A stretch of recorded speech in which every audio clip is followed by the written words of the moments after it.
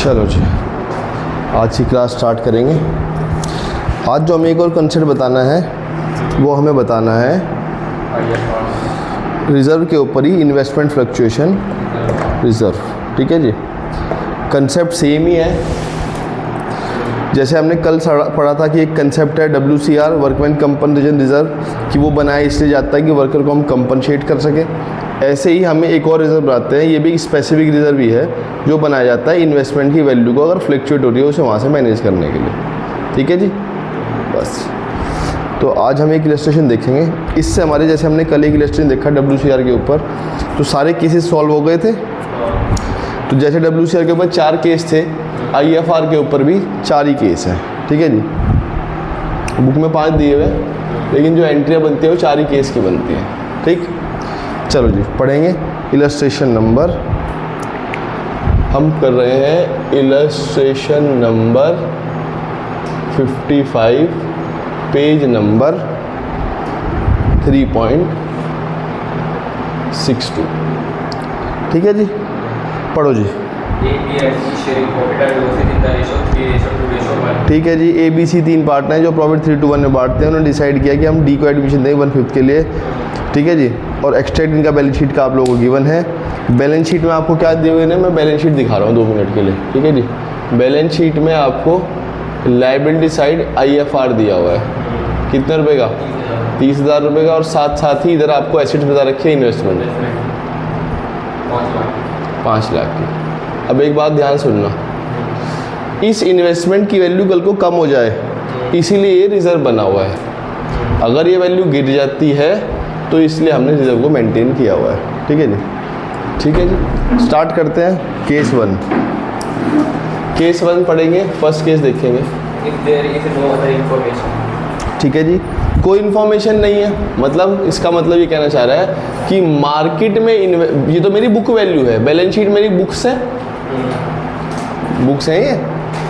मेरे हिसाब से मेरी बैलेंस शीट में मेरी इन्वेस्टमेंट की वैल्यू 5 लाख है, और अब मैंने मार्केट में इन्फॉर्मेशन है नहीं कि इसकी वैल्यू क्या है, तो भैया मैं क्यों मान लूँ ये घट गई है, या मैं क्यों मान लूँ ये बढ़ गई है? मैं मानता हूँ कुछ नहीं, ना तो बढ़ी ना घटी, सेम है। तो जब वैल्यू सेम है तो रिजर्व एज इट इज़ है, और रिजर्व एज इट इज़ है, उसको हम क्या करेंगे, उसे हम डिस्ट्रीब्यूट कर देंगे। बहुत बढ़िया। IFR account debit to A to B to C, कितने का रिजर्व है, 30,000 रुपये का।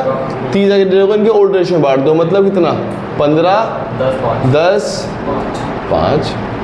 जो जैसे कल था भाई, हमने वर्कर के लिए रिजर्व बना रखा था, वर्कर ने पैसे मांगे ही नहीं मांगे, हमने पार्टनर से बांट दिए। तो सेम है, रिजर्व रखा हुआ था 30,000 रुपये का, इन्वेस्टमेंट की वैल्यू इन्फॉर्मेशन बताई नहीं, तो भैया मैं क्यों वैल्यू मान लूँ बढ़ गई है या घट गई है, तो मानता हूँ एज इट इज़ वैल्यू है, सेम। नेक्स्ट केस 2 देखेंगे। अगर मार्केट में इन्वेस्टमेंट वैल्यू 5 लाख है, बुक्स में कितनी है, 5 लाख है। बुक्स में 5 लाख है, मार्केट में 5 लाख है। जब वैल्यू 5 ही है तो ना तो बढ़ी ना घटी, सेम है। सेकंड केस की भी एंट्री सेम है। ठीक है जी, भाई इन्फॉर्मेशन ना दिया हो तो वैल्यू चेंज नहीं मानता मैं, या वैल्यू उतनी दी हो तो चेंज नहीं मानता। भाई जब वैल्यू से बताई कि वैल्यू 5 लाख ही है, तो मैं क्यों मान लूँ बढ़ गई है घट गई है। ठीक है, हम थर्ड केस देखेंगे। इसलिए अगर आपने बुक में दिया हो, इसमें 5 केस दिए हैं, लेकिन मैंने इससे शुरुआत में बोला था कि केस 4 ही है। नो इन्फॉर्मेशन या वैल्यू सेम होना, एक ही बात है। ठीक है जी, वो थर्ड केस देखेंगे। ठीक है जी, इस बार वो कह रहा है कि हमारी मार्केट में जो वैल्यू है इन्वेस्टमेंट की, 4,82,000 हो गई है। ठीक है जी, बुक्स में 5 लाख है, मार्केट में 4,82,000 हो गई है। कितने से कम हो गई है, 18,000 से कम हो गई है। अब 18,000 से जो वैल्यू कम हुई है, तो अब ये देखना पड़ेगा क्या रिजर्व इस 18,000 से ज़्यादा है या कम है। रिजर्व तो ज़्यादा है, मतलब नुकसान हुआ तो है, लेकिन उतना नहीं हुआ जितना मेरे पास रिजर्व है। जैसे मैंने कल बताया था कि चोट लगी तो है, लेकिन छोटी चोट लगी है। ठीक है जी, कोई बात नहीं। 18,000 में 30,000 में से 18 तो वहाँ एडजस्ट कर देंगे, बचेंगे 12 उन्हें बांट देंगे। लो जी, थर्ड केस की एंट्री क्या बन जाएगी, IFR अकाउंट डेबिट, रिजर्व कितना है हमारे पास, 30,000 रुपये का, जिसमें से इन्वेस्टमेंट के नाम पे कितने चले गए, 18,000, बचे कितने, 12, वो ABC में बांट दो, to A to B to C, मतलब 6, 4, 2। यहाँ तक कोई डाउट? सिंपल है। फोर्थ केस देखेंगे। If the market value of investment is rupees 4,55,000, मतलब इस बार जो मार्केट में इन्वेस्टमेंट की वैल्यू हो गई है वो 4,55,000। fine, मतलब मेरी उम्मीद से ज़्यादा मुझे लॉस हो गया है। कितना लॉस हो गया है? 45 का। रिजर्व कितना है? 30,000 का। ये वही केस है कि रिजर्व है तो, लेकिन रिजर्व से ज़्यादा नुकसान हो गया है। जैसे जिसे मैंने कहा था बड़ी चोट लग गई है, ठीक है जी। वो भी फोर्थ केस ही था, ये भी फोर्थ केस ही है, ठीक है जी, कि चोट लग तो गई है लेकिन बड़ी लग गई। कल वाले केस में रिजर्व था 80,000 का और नुकसान हो गया था 1,00,000 रुपये का। तो 20,000 रुपये एक्स्ट्रा कहाँ से आए थे? रिवैल्यूएशन से। आज भी वही केस कर देंगे, सेम ही है। लो जी, क्या केस है? IFR अकाउंट डेबिट टू क्या? investment, to investment. IFR कितना है? 30,000 रुपये का। नुकसान कितना हो गया? 45,000। तो एंट्री में ऐसी नहीं हो रही, valuation debit, रीवैल्यूएशन को डेबिट कर देंगे। 15,000, लो जी, आपने कहा सर रिवैल्यूएशन डेबिट हुआ है तो फिर पार्टनर से partner, लेने भी पड़ेंगे पैसे। मैंने कहा वो तो एंट्री ऑब्वियस सी बात है भाई, रिवैल्यूएशन का लॉस है वो तो एंट्री खुद करनी पड़ती है। जैसे वो कल बच्चा पूछ रहा था कि सर लॉस को निकालना ज़रूरी है क्या? मैं कहा भाई लॉस निकालना भी ज़रूरी है और उसे डिस्ट्रीब्यूट या एडजस्ट भी करना, राइट ऑफ करना भी ज़रूरी है। एंट्री क्या हो जाएगी? ABC to revaluation, revaluation. कितने रुपए? 15,000, 15,000 को बांटना 3 to 1 में, 7.5, 5 और 2.5। ठीक है जी। AC ऑन करो भाई।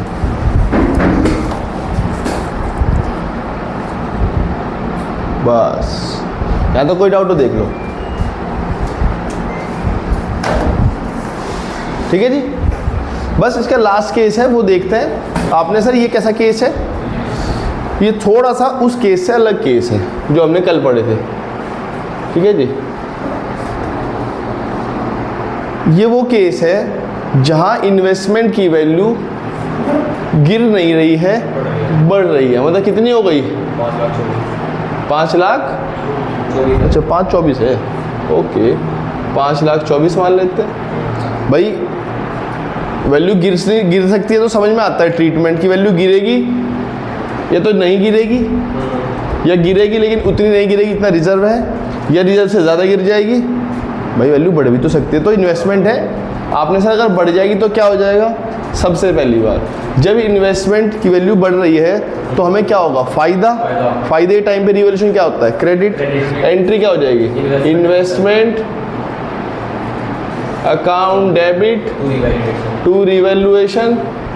ये तो आप लोगों ने काम किया ही हुआ है 24,000 से। 24,000 से आपने सर हमें 24,000 का फ़ायदा हो गया, फ़ायदे को बांट दो। दूसरी entry revaluation debit, revaluation account debit to A BC, to B to C। 24,000 को बांटना 12, 8 और 4। आपने कहा सर फायदे को बुक किया, प्रॉफिट को ट्रांसफर कर दिया। रिजर्व का क्या किया? मैंने कहा रिजर्व का मैंने कुछ भी नहीं किया। तो आप सोचा कुछ नहीं होगा, मैंने कहा ज़रूर होगा। रिजर्व तो एज इट इज़ पड़ा हुआ है भाई। रिजर्व तभी तो यूज़ में आता है जब वैल्यू गिरती है। इस बार तो वैल्यू 24,000 से बढ़ी हुई है तो रिजर्व का तो कोई यूज़ नहीं है। अब रिजर्व एज इट इज़ पड़ा हुआ है, क्या कर देंगे? उसे डिस्ट्रीब्यूट कर दो। डिस्ट्रीब्यूट करके क्या हो जाएगा? एंट्री बोल के बताएंगे। IFR debit account debit to ABC, to A to B to C। 30,000 को बांटना 15, 10, 5। सर अगर हमने एंट्री कर दी ना सी वाली जो आपने भी करी, तो मुझे फिर रिजर्व को बढ़ता ही ना। कल को अगर रिजर्व ना बढ़ता, कल को नया पार्टनर D आएगा, वो इस गुल्लक पे कहेगा मेरा भी हिस्सा है। तो उससे बचने के लिए ही तो एक गुल्लक को फोड़ के बांट लेते हैं। और आपने कहा सर फिर ये क्यों किया? भाई उसके आने से पहले जो भी हमने फ़ायदा कमाया उस फ़ायदे के ऊपर किसका हक है? सिर्फ ABC का, वो उसी में बांट दिया। यहाँ तक कोई डाउट है? ध्यान रखना एग्जाम में या तो इस केस से रिलेटेड आता है या इस केस से। ये 2 केस ही इंपॉर्टेंट है, बाकी तो चीज़ ईजी है। ठीक है जी। कोई डाउट हो पूछ लो। पक्का कोई डाउट नहीं है? गुड। मैंने आपको 2 केस बताए हैं, एक WCRA केसेस अलग है, IFRA केसेस अलग है। एग्जाम में ज़रूर आएगा इसके अंदर। ये दोनों कंसेप्ट इंपॉर्टेंट ही हैं। आगे रिटायरमेंट में भी आएगा, उसे हम वहाँ छोड़ देंगे। नेक्स्ट लेक्चर 56 देखते हैं। अनिल एंड बीना। कौन पढ़ रहा है? वीर प्रताप सिंह, पढ़ दो जी। है ना बुक में Anil and Bina. Anil and Bina were partners in a firm, sharing profit in the ratio of 4:3. On the 1st April 2024, they ठीक है। admitted Char as a new partner for 1/4 share in the profit. ठीक है जी, 1/4 के लिए उन्होंने admission दे दिया।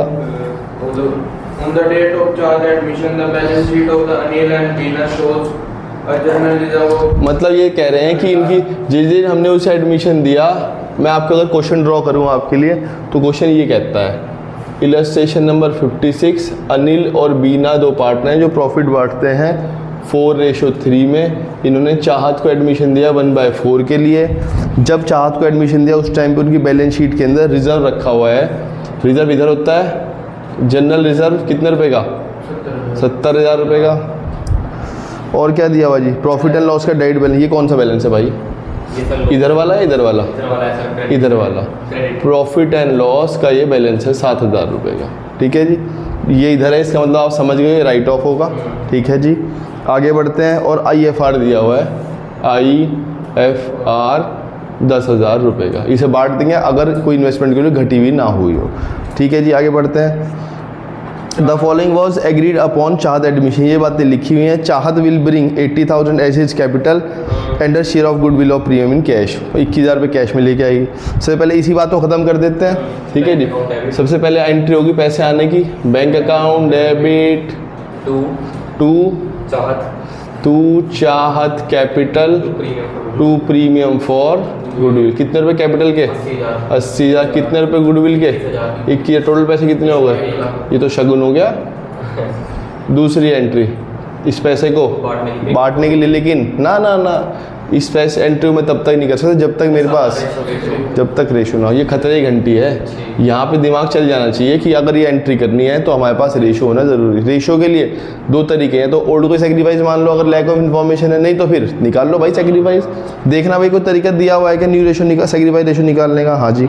Third case, उधर ही नलायक ने मुझे रेशो दे दिया है 2:1, मतलब मेरा काम इसने बढ़ा दिया है। 2:1:1। ये ओल्ड रेशो है, ये न्यू रेशो है। मैं निकाल रहा हूँ, आप लोग भी निकाल लो तब तक। मैं निकाल लूँगा ए के लिए, बी के लिए। ए के पास पहले कितने हिस्से थे? 4 हिस्से थे। 7 में से हम निकाल रहे हैं सेक्रीफाइस रेशो का फॉर्मूला होता है पुराने रेशो में से नया रेशो लेस कर लो। 4/7, 3/7। कितना इसने गेन किया है? 2/4।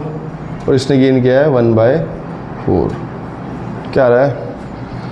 7 4s 28, 4 4s 16 minus 7 2s 14, that is 2/28। अच्छी बात है भाई। 28, 4 3s 12 minus 7, that is 5/, मतलब रेशो आ रहा है 2:। अब हो सकती है एंट्री, अब हो सकती है entry. Premium for goodwill account debit to A to B. पूरा नाम यूज़ करना एग्ज़ाम में, ए बी कुछ नहीं होता। अगर टाइम है तो कितना आ जाएगा? 6,000 और 15। ठीक है जी, कोई पैसे लाया था बांट दिए। आगे पढ़ना, और क्या दिया हुआ है? नेक्स्ट केस में लिखा हुआ है the market value of investment was 17,000 less than the book value. मतलब जो हमारे पास मार्केट में इन्वेस्टमेंट की वैल्यू रही होगी, अब इन्वेस्टमेंट की वैल्यू से 17,000 रुपये कम हो गई है। मैं कहता हूँ नुकसान कितने का हुआ? 17 का। रिजर्व कितना है मेरे पास? 10 का। ये कौन सा केस है? केस नंबर बता सकते हो आप? फर्स्ट, सेकंड, थर्ड, फोर्थ या फिफ्थ? ये फोर्थ केस है। बहुत बढ़िया, मतलब नुकसान मेरे उम्मीद से बहुत ज़्यादा है। अगर इसे WCR वाले केस से कंपेयर करूँ, ये बड़ी चोट वाला क्वेश्चन है। थर्ड केस क्या हो जाएगा? एंट्री अब आप लोगों को बहुत अच्छे से पता है। IFR account debit. IFR कितना है? 10,000 रुपये का। इन्वेस्टमेंट की वैल्यू कितनी कम हो गई है? इन्वेस्टमेंट की 17 से कम होगी तो एंट्री मैच नहीं होगी। 7,000 रुपये से रिवैल्यूएशन में डेबिट कर दो। लो जी, रिवैल्यूएशन डेबिट हो गया। ठीक है जी, आगे देखते हैं। एक बार में निकालेंगे रिवैल्यूएशन का प्रॉफिट लॉस। और कुछ दिया हुआ है? और तो कुछ भी नहीं दिया हुआ है। दिया हुआ है कुछ? बस आगे तो आंसर दिया हुआ है। और कुछ है? कुछ काम खुद से करना है? करना पड़ेगा। 3 काम खुद से करने हैं, रिजर्व को डिस्ट्रीब्यूट, प्रॉफिट एंड लॉस को राइट ऑफ और रिजर्व को इसे प्रॉफिट को बांटना है। 4th entry general reserve, debit to AB, general reserve को डेबिट कर दो to A to B। Reserve है हमारे पास 70,000 का, 70 को बांट लो 40 30। 5th case A/B/2 profit and loss 7,000 4 और 3। 6th केस की एंट्री, 6th एंट्री रिवैल्यूएशन का प्रॉफिट है, एंट्री सॉरी ये तो लॉस है, प्रॉफिट कहाँ है? A/B/2 रिवैल्यूएशन 7,000 की 4 3। सिंपल।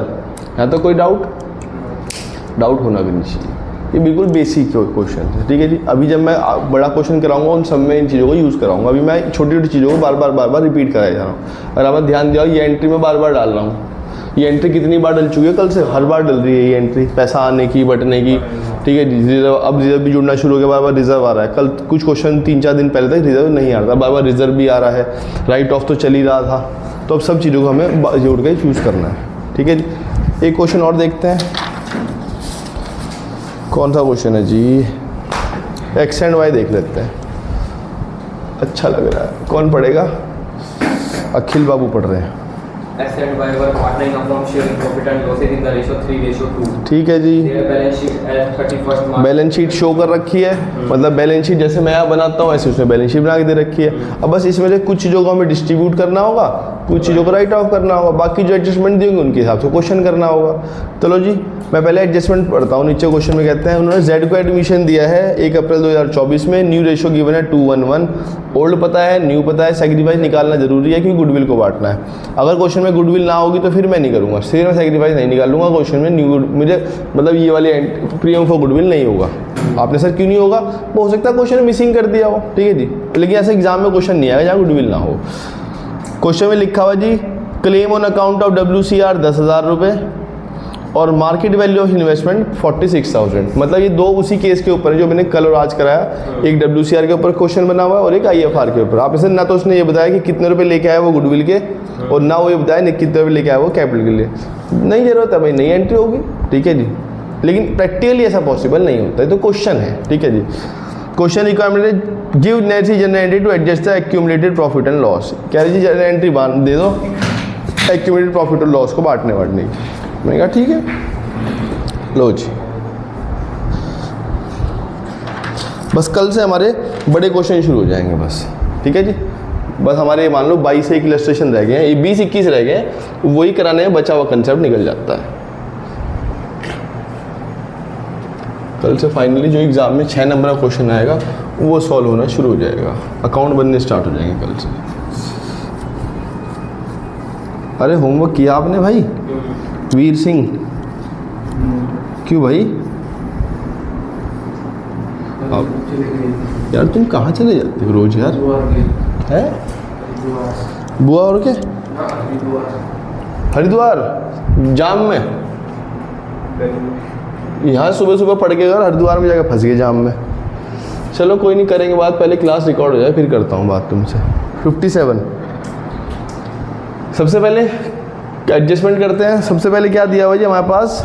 क्लेम है 10,000 रुपये का। मैं ठीक है, पहले बताओ रिजर्व कितना है? 18,000। कौन सा केस है? चोट बड़ी छोटी? छोटी चोट है सर। छोटी चोट है, बहुत बढ़िया। WCR अकाउंट डेबिट 18, चोट लग गई। 10,000 क्लेम ऑन WCR 10,000, बचे हुए 8,000 को हम बांट देंगे 2x और 2y में। 8,000 को बांटना भाई रेशो 2 में, कितना आ जाएगा? 4800 और 3200, ठीक है जी।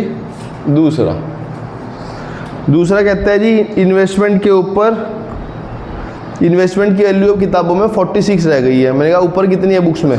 50 की चीज़ 46 रह गई, 4,000 का नुकसान। अब देखते हैं नुकसान रिजर्व से ज़्यादा है या कम है। रिजर्व कितना है? 25, तो बहुत बढ़िया बात है।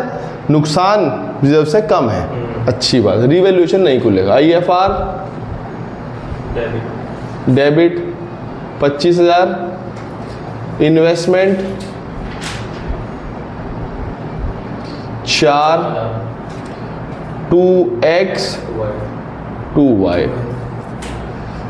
21,000 को बांटना बच्चों 3:2 में कितना आएगा? 12,600, 8,400, खत्म। थर्ड आपने कहा सर एडजस्टमेंट तो हो गई।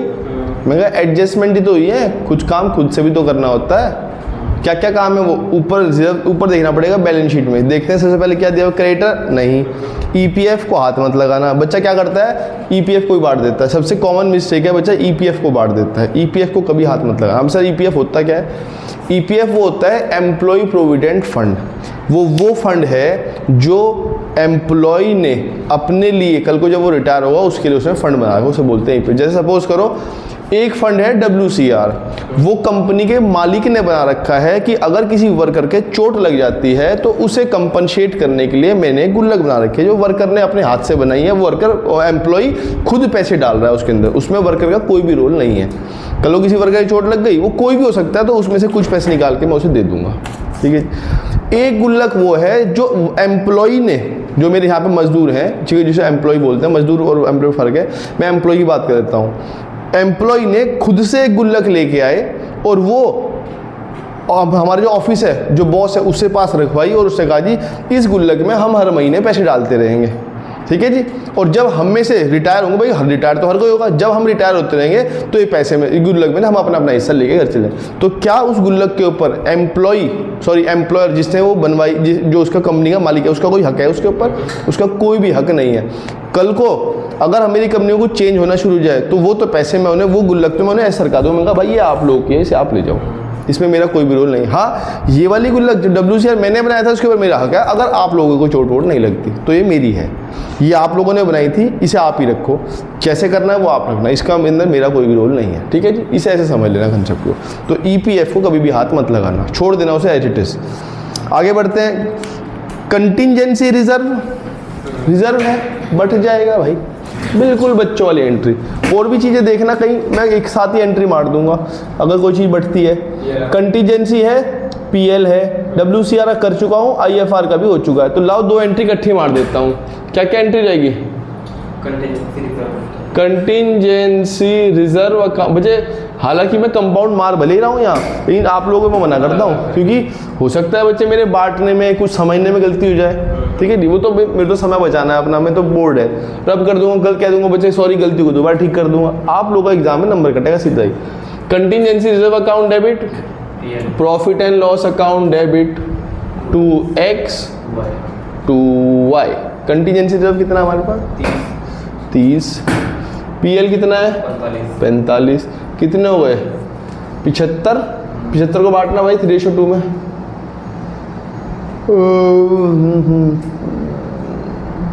कितना आएगा जी? आएगा 30, 40, 42। देखना 42 ही आएगा क्या?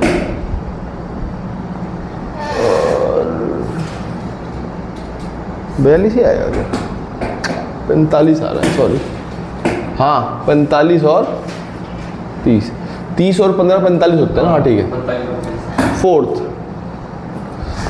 और कुछ चीज़ें और कुछ भी है, कुछ काम खुद से करना है। दूसरी साइड देखो, उधर एसिड साइड में आप 3 चीज़ें ढूंढ रहे हो। उधर क्या क्या 3 चीज़ें ढूंढ रहे हो, एक बार मुझे बोल के बताना। बैलेंस शीट के एसिड साइड में आप 3 चीज़ें ढूंढ रहे हो जिसे आपको राइट ऑफ करना। तो क्या क्या चीज़ है? एक तो गुडविल, ठीक है, प्रॉफिट एंड लॉस और एडवर्टाइजमेंट सस्पेंस। तीनों में से देखो कुछ है क्या? देखो जो एडवर्टाइजमेंट लिया हुआ है उसके ब्रैकेट में से उसका दूसरा नाम भी बता दिया, डेफर्ड रेवेन्यू एक्सपेंडिचर। ये इसका नाम है। जैसे आपका नाम अखिल है, ठीक है जी, और हम आपको अक्की कह दें, अकील और अक्की तो एक ही बात है ना। तो ऐसे एडवर्टाइजमेंट डेफर्ड रेवेन्यू एक्सपेंडिचर एक ही है, ठीक है। राइट ऑफ होना है, कोई दिमाग लगाना ही नहीं। क्या एंट्री रहेगी? XY टू एडवर्टीजमेंट कितना है? 20,000 का 3:2 में बढ़ जाएगा। कितना आ जाएगा? 12 8 8 खत्म, सिंपल। ठीक है जी, मैंने भी 3 रजिस्टर कराए हैं। टाइम है? अरे बहुत टाइम है, लाओ एक और देख लेते हैं। कहाँ ख़त्म हो गया भाई? केस बेस MCQ 3, लाओ ये मैं ही करा देता हूँ, मुझे मज़ा सा आ रहा है आज क्वेश्चन कराने में। ध्रुव एंड अंश कौन पढ़ है सब में ये? बस, या तो आप इसे घर पे कर लो या मैं करा दूँ, बताओ क्या करोगे? ठीक है जी, घर पे कर लोगे? ठीक है, फिर यहीं करेंगे, पढ़ो तुम। एग्जाम में ऐसा क्वेश्चन आता है बच्चों, ध्यान रखना, जहाँ पे एक क्वेश्चन होता है उसके अंदर नॉर्मली 2 या 3 क्वेश्चन पूछता है, 5 तो नहीं पूछता, क्योंकि देखो ऑलरेडी एग्जाम में MCQ आ रखे होते हैं 20 नंबर के, तो वो कोशिश करता है कि और MCQ ना पूछे। लेकिन ऐसा लास्ट ईयर ही हुआ था, अभी 20 MCQ अलग थे और एक जो 6 नंबर का क्वेश्चन हर साल बनता है, उस 6 नंबर क्वेश्चन भी MCQ फॉर्म में पूछ लिया, तो 26 नंबर के मोटा मोटा MCQ हो गए थे। लेकिन फिर बच्चे फेल उसमें भी हुए, कोई बात नहीं, ठीक है जी। तो ऐसा एग्जाम में क्वेश्चन हो जाता है कि भैया कोई बढ़िया से क्वेश्चन को भी MCQ फॉर्म में पूछ लेता है। पढ़ो। ध्रुव एंड अंश पार्टनर जो प्रॉफिट बांटते हैं 75 और 25, मतलब 75-25 कितना हो जाएगा? 3:1। हाँ 3/1, एक ही बात है। आगे पढ़ो। बैलेंस शीट गिवन है, ठीक है। 1 अप्रैल 21 पे कवि को उन्होंने एडमिशन दिया है, कहते हैं उस टाइम पे लैंड और बिल्डिंग फाउंड हो गई है 25% अबव कॉस्ट, मतलब जो लैंड बिल्डिंग की वैल्यू है 25% ज़्यादा है, कोई बात नहीं जी। It is decide to bring it to the cost, कह रहे जी उसकी एक्चुअल वैल्यू पर मुझे ले आएंगे। मैंने कहा ठीक है कोई बात नहीं, ठीक, आगे पढ़ो। 1800 are to be written off, कह रहे 1800 के बैड डेट को हमें राइट ऑफ करना है, कोई दिक्कत नहीं, और रिमेनिंग डेटर हमारे अच्छे हैं, ये तो बहुत अच्छी बात है।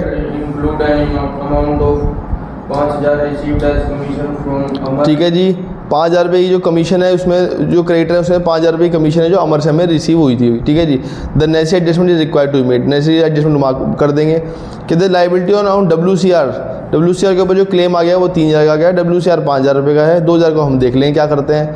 कवि is to pay 15,000 to the existing partner as premium for goodwill for 20% का मतलब 1/5 for the future profit. He also bring 25,000 as capital, ठीक है जी। बढ़िया क्वेश्चन है ये।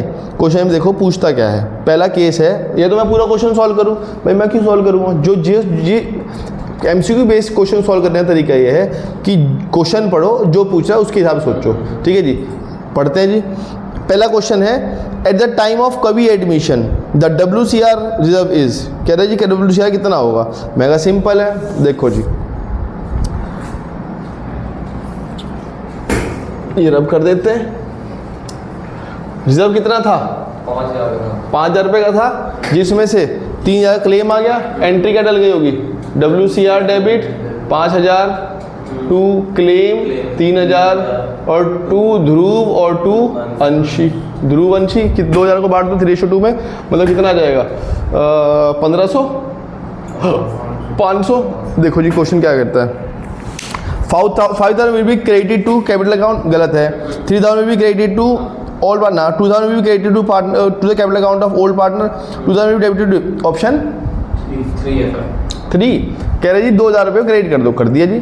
The value of land and building in the balance sheet to the reconstituted firm will be, कह रहे जी लैंड और बिल्डिंग की वैल्यू बैलेंस शीट में कितने रुपए जाएगी? मैं कहा लो जी अभी बता देते हैं कि नहीं, ये बढ़िया पॉइंट है, ध्यान सुनना इसे। कहते हैं ऊपर लैंड वाली पॉइंट पढ़ते हैं, कहते हैं land and building is found to be 25,000 above cost. कह जी जो हमने ऊपर लैंड बिल्डिंग देखी, लैंड बिल्डिंग कितनी है? 25,000 रुपये की, इसका मतलब ये चीज़ 25% ज़्यादा है, लिखा हुआ ना। Land and building is found to be valued at 25% above cost. अगर इसी कॉस्ट 100 रुपये की होगी तो हमने इसे 25% एक्स्ट्रा है, तो इसका मतलब कितनी परसेंट है? 125, और 100 कितना होगा? निकाल लो, करके बताओ कितना आएगा।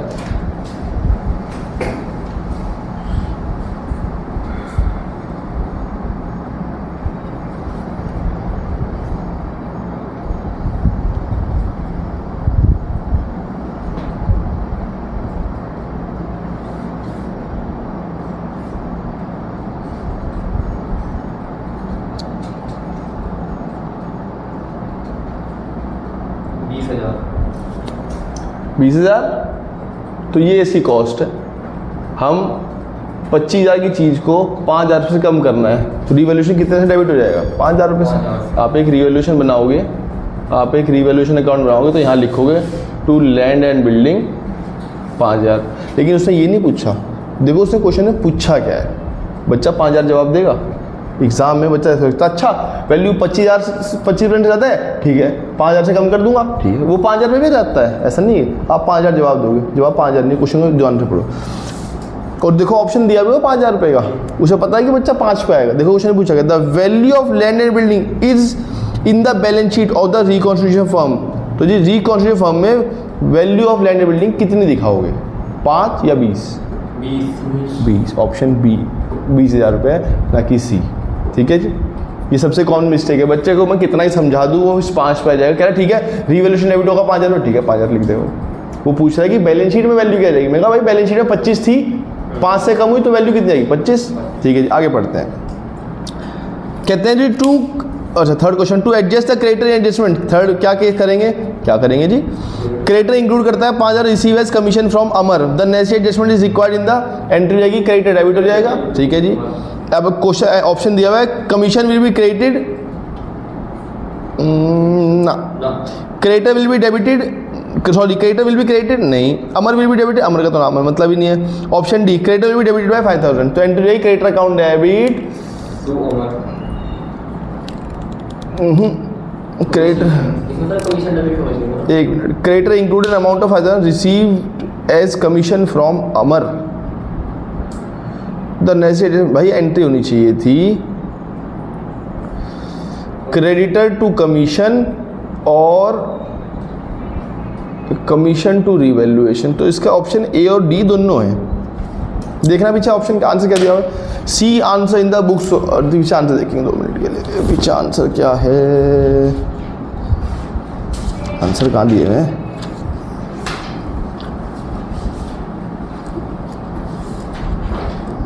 चैप्टर 3 ये रहा, पता कैसे लगेगा किसका, केस बेस MCQ 3 है, केस बेस MCQ 3 है।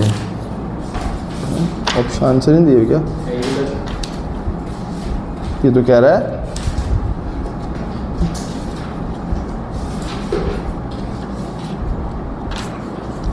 चैप्टर 2 पे आ गए अब हम, solution to case base MCQ दे दिया तो हुआ यार, 1, 2 और 3 का आंसर दिया तो हुआ है। ठीक है जी, नहीं ऑप्शन तो 4th है, मैंने तो बताया, लेकिन मेरे हिसाब से इसका आंसर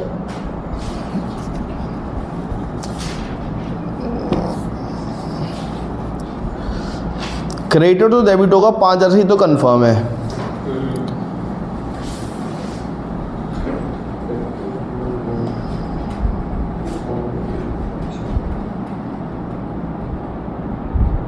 अच्छा हाँ ठीक है, नहीं सही है, ऑप्शन डी है, कमीशन क्रेडिट नहीं होगी, क्योंकि अब हम रिवैल्यूएशन बना रहे हैं ना। है जी, एंट्री ये बन रही है creditor account debit to revaluation 5,000। बच्चा में फ़ायदा हो गया ना, क्रेडिटर को कम हो गया। भाई एक बार बताओ, मुझे कमीशन मिली थी 5,000 रुपये की, वो मेरी इनकम थी, इनकम को मैंने लाइबिलिटी दिखा दिया, इनकम को मैंने लाइबिलिटी दिखा दिया, तो जब वापस मैंने उसे इनकम बनाया तो मुझे फ़ायदा हुआ।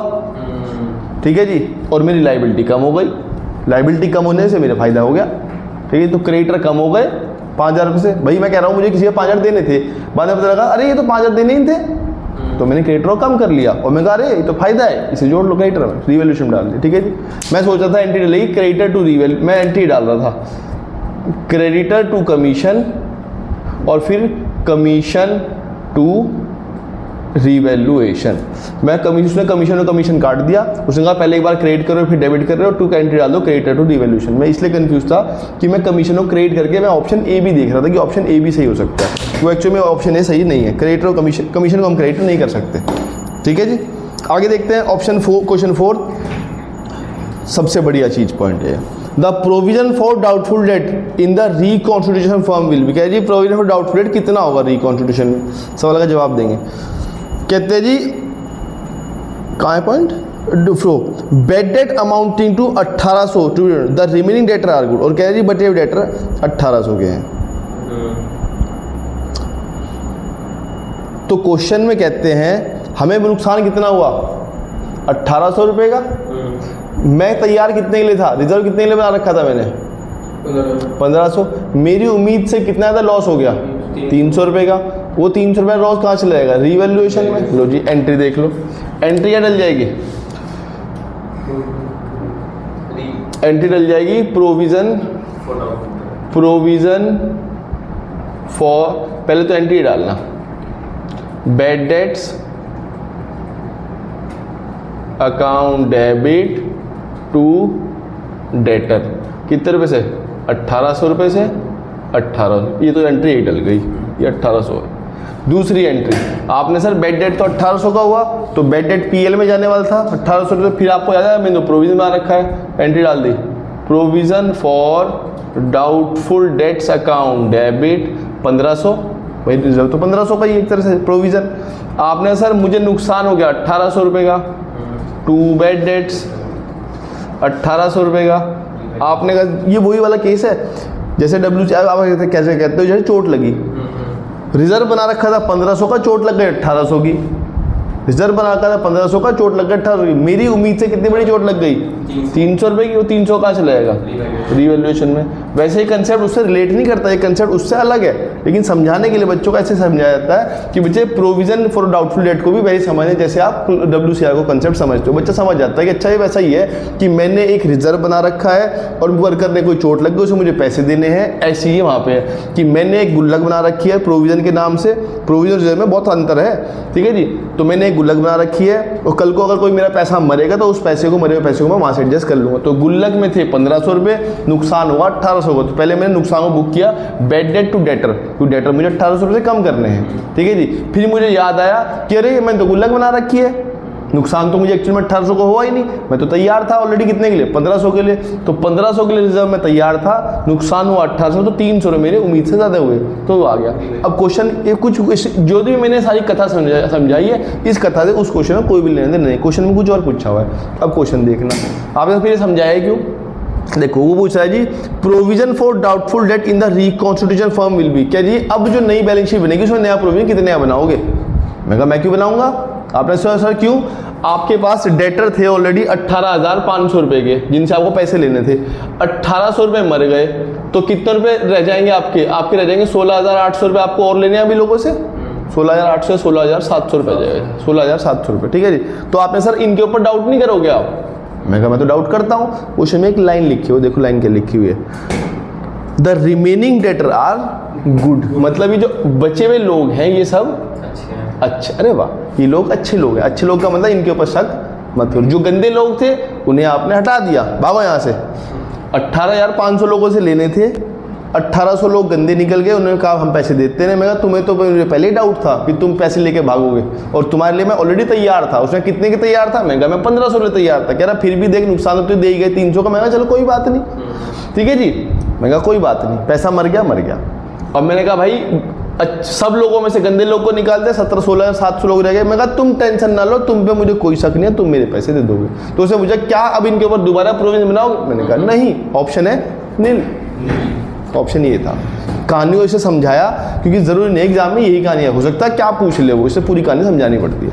Next the balance sheet, the date of balance sheet of the firm will be, कह रही बैलेंस शीट कब बनेगी, the date of the balance sheet of the reconstitution firm, कब होगा भैया, वो कब आया था, 1 अप्रैल पे आया था वो, 1 अप्रैल 2021 में, तो 1 अप्रैल 2021 है बैलेंस शीट भाई, जिस दिन आया उसी दिन रिकॉन्स्टिट्यूशन हुआ, मतलब रिकॉन्स्टिट्यूशन मतलब है कि पुराना हमने संविधान खत्म किया और नया संविधान बनाया और उसी दिन हमने बैलेंस शीट बनाई, तो वो किस दिन हुआ होगा, जिस दिन नया पार्टनर आया होगा, उससे पहले आने से जिस दिन वो आया उसे हमने शाम को बुलाया और सुबह तक मैं अपना सारा काम कर चुका था और अपनी नई बैलेंस शीट बना चुका। जैसे ही मैंने कहा ये देख नई बैलेंस शीट, तेरे तू आ गया, अब तेरे नई बैलेंस शीट बन गई है। अब हमारे हिसाब से ये सब, तेरे हिसाब से ये सब चीज़ें स्थिति है तेरे हिसाब में, पहले क्या था उसे भूल जा, तेरे सामने ही है। तो नई बैलेंस शीट किस दिन बनी होगी, जिस दिन वो आया 1 अप्रैल 2021 में। ऑप्शन देख लो, ऑप्शन 5 खत्म, लो सारे ऑप्शन ठीक है। बैलेंस शीट सर कौन सी की बना है क्वेश्चन में जब बनी है बैलेंस शीट 31 मार्च भाई 31 मार्च तो पुरानी बैलेंस शीट है जो ध्रुव और अंश में थी। अब नई जो बैलेंस शीट बनी होगी वो 1 अप्रैल 2021 मतलब उससे अगली तारीख पे। जैसे सपोज करो आपका स्कूल बंद हुआ 31 मार्च 2021 पे, ये 11वीं में निकल गए आप, अब 12वीं में किस क्लास में आ गए होंगे आप? 1 अप्रैल 2021 में, अगली तारीख यही तो आएगी, आप 12th में आ गए। ऐसे ही पहले 2 पार्टनर के साथ बैलेंस शीट थी, ध्रुव और अंश के साथ। अब नई जिस दिन वो आया उस दिन रिकॉन्स्टिट्यूशन हुआ तो नई बैलेंस शीट बनेगी किसके बीच में? ध्रुव, अंश और क्या नाम है उसका? कवि। तो पूछा बैलेंस शीट किस दिन बनेगी? अगर जिस दिन वो आएगा उस दिन नई रिकॉन्स्टिट्यूशन होगा बैलेंस शीट का 1 अप्रैल 2021 पे। खत्म? या था कोई डाउट? बस आज इतना ही रखते हैं। कल से बच्चा मुझे अब मैं ये छोटे मोटे क्वेश्चन नहीं कराऊंगा। अब मेरे सारे क्वेश्चन जितने भी होंगे वो बड़े क्वेश्चन होंगे, मतलब बड़े मतलब का जो एग्ज़ाम में 6 नंबर की वेटेज रखते हैं। और मेरे एंड पे सिर्फ और सिर्फ 3 कंसेप्ट रुके हुए हैं, एक हिडन गुडविल का, एक हिडन कैपिटल का और एक कैपिटल को एडजस्ट कराने का। ये चैप्टर मैंने ऑलमोस्ट 80% ख़त्म कर दिया है, 20% और बचा हुआ है। और कमाल की बात है 20 इलस्ट्रेशन भी रह गए हैं। उन 20 इलस्ट्रेशन पे मेरे 3 कंसेप्ट हैं वो मैं करा दूंगा और कुछ नहीं है चैप्टर के अंदर। ठीक है जी, आज हम इतना ही रखते हैं, बाय।